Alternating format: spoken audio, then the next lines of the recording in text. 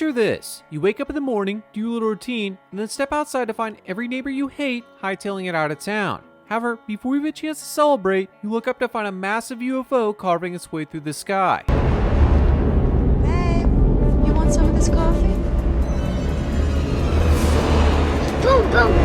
Upon learning they're a threat to our planet, do you believe in your heart of hearts you can avoid death by outrunning them in your fancy-ass sports car? Does your gut tell you that you love your country enough to join the fight and make a difference? And do you think your strange Uncle Steve will let you in his bomb shelter after what you said at Thanksgiving? You do? Well, you're wrong, and I'll tell you 5 reasons why you, me, and everyone else on this planet would stand no chance against the circumstances surrounding the king of all blockbusters, Independence Day. Time to die. You're doomed.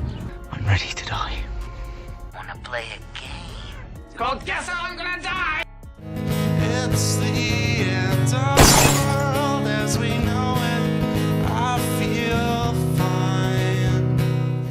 Reason number 5. The Welcome to Earth Rooftop Rave. The naivety of humans goes a long way in ensuring our demise when it comes to things like apocalyptic threats. I don't know about you guys, but massive alien spaceships silently looming over highly populated cities doesn't entice me to want to stretch my arms out for a nice to meet you hug. Daunting vibes aside, you have to ask yourself, logically speaking, would a superior life form's intentions for dropping in on this galaxy's halfway house be for tourist purposes, or does it make more sense they'd come to bulldoze it down? The question's rhetorical. I know the answer, and so should you. Nonetheless, a welcome party would be formed. The kind of party sure to suck in all you Coachella yeeters out there. You know who you are, Instagram famous with your endless array of festival photos, which look strikingly similar to every other festival photo posted on the gram. You probably own an Etsy shop where you sell sterling silver moon necklaces, and you don't believe in God, but you do believe in nature. Hashtag Real Girls of Insta. The lit hype surrounding this welcome party would pull you in faster than any UFO abduction in the history of our planet. God, I hope they bring back Elvis. Everyone is invited, especially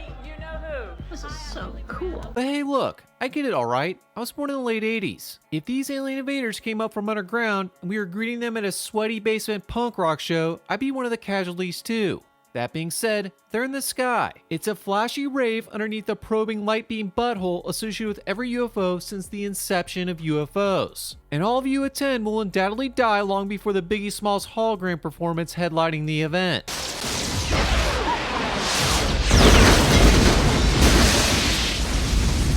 Reason number 4. You do not matter. The movie sure goes out of its way to display how the government would help ordinary civilians. Free RV parking on government bases, news briefs, and inspirational speeches. Fool me once. Shame on you. If fool me, we can't get fooled again.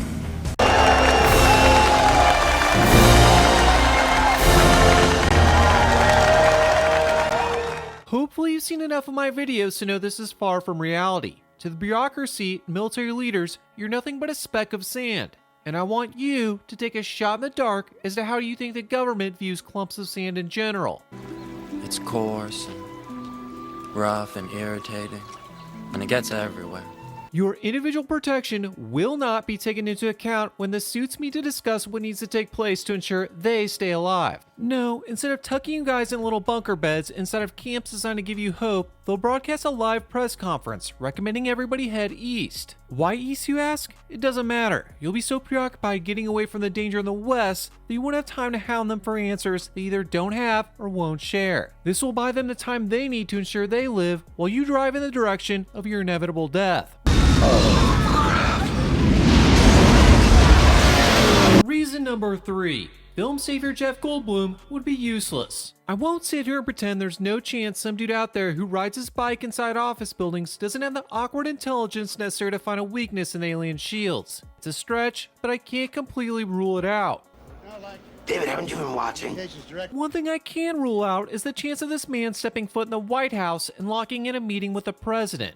Especially a president he's punched in the face. You punched the president? No, he wasn't the president then. Maybe it's just me, but I'm pretty sure the nod of approval from an ex-wife White House communications director would not grant a satellite technician and his old man all access passes to one of the most secure facilities in the world during an alien invasion. The sad truth is that weirdo with his answers and his bike and his dad would be turned away. Without his genius, we'd continue nuking ET until we turned our planet into a smoldering piece of charcoal. While the aliens would eventually turn away in disgust, there'd be no victory celebration, because we'd all be dead. Reason number 2. The ending makes no sense. A lot of people give Michael Bay's Armageddon crap for its questionable choices and unrealistic moments sprinkled throughout the film like moldy Parmesan cheese. But for every questionable choice, an unrealistic moment Armageddon takes, Independence Day asks someone to hold its beer. In what might be one of the most lucrative product placements ever, Jeff Goldblum manages to install a transmittable virus onto his Mac that will hack itself into the alien mothership and disable all of their shields. The virus is coded in an alien language and thrown together in no time, which after everything else honestly doesn't surprise me. Not even Neo from The Matrix could pull off a hack job like this, and that was a simulation. The only way to transmit this virus is by boosting an alien spacecraft, transcending outer space, and docking inside of the mothership directly adjacent to the big bad final boss dude. Oh, that's all? Got it. You really think you can fly that thing? You really think you can do all that bullshit you just said? But seriously, how the hell to decode a virus that could affect technology light years ahead of our own?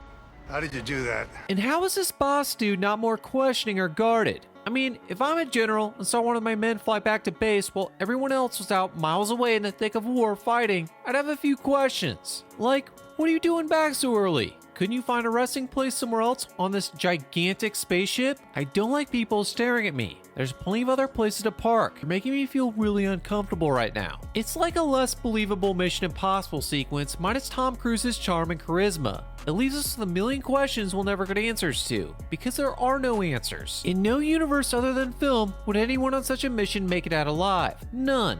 Especially the one we're living in. They, like you, would give it their all, but in the end, they, like you, would meet their end long before Jeff Goldblum has the chance to turn on Bluetooth and airdrop the virus. Before we break down the absolutely insane number 1 reason why you wouldn't survive Independence Day, I'd like to address my singular fan who sent me over a dozen messages begging me to return early for my planned 2-month sabbatical. I'm sorry that my time away had a damaging effect on your marriage, and please pass this apology along to your now estranged wife as well. Now that that's out of the way, you can rest easy knowing the king has returned. And yes, if you must know, I did in fact miss you cute little optimists. I missed this series too. I know it hasn't been that long, but I forgot how beneficial telling a large group of people they're about to meet their end is for my mental health. Anyway, give this video a like if you missed me.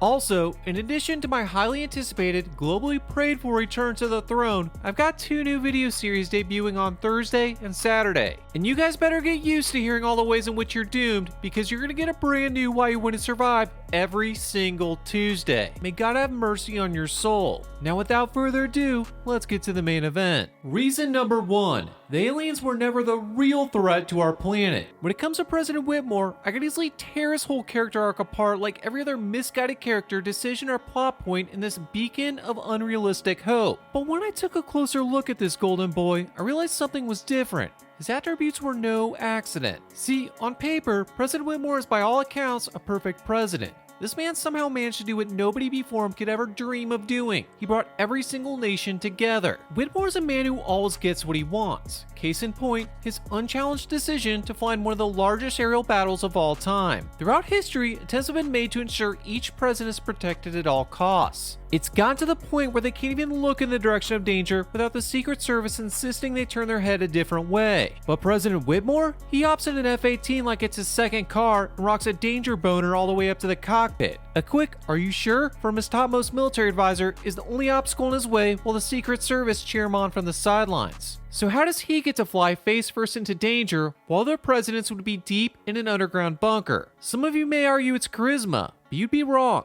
There's something deeper at play. He not only survives this recklessness, but gets in on the action himself, only further solidifying what a god amongst men he is. Therein lies the problem, my naive sheep, for President Whitmore is unequivocally, no questions asked, the Antichrist. From earning the world's undying trust, overseeing the collapse of the US Army, and then replacing said army with a new one he assembles, the seeds have been planted, and the pathway to the end of times is now in motion. And if you're one of the few humans left who somehow managed to survive these douchebag aliens attacking us like an RKO out of nowhere, I hate to love to tell you, but staying alive was the stupidest thing you could have done. Because you fought, and you've scratched, and you've clawed, for what? I'll tell you what, front row ticket to the end of times. Years of torturous hell at the hands of someone whose manipulative rise to power is built on the backs of trust and love and support. Your trust, your love, your support. Wow. What a pleasure. Way to go, you goofla boof. Welcome to Earth. That's where our analysis comes to an end. The sad part is, I've beat this horse to death in front of its child owner, yet I've still got the strength to keep swinging. Everything aside, Independence Day is the godfather of blockbuster cinema. It wouldn't be easy to over it if it wasn't so damn fun and rewatchable. If you God only knows why want more Independence Day content, you A, didn't learn from the sequel that less is more, and B, can follow us on the gram at Strange Thoughts Official for 3 additional shorts and our very special Independence Day drinking game. See you Thursday, if you survive that long. I could have been at a barbecue! But I ain't mad. It's the end of the world as we know it.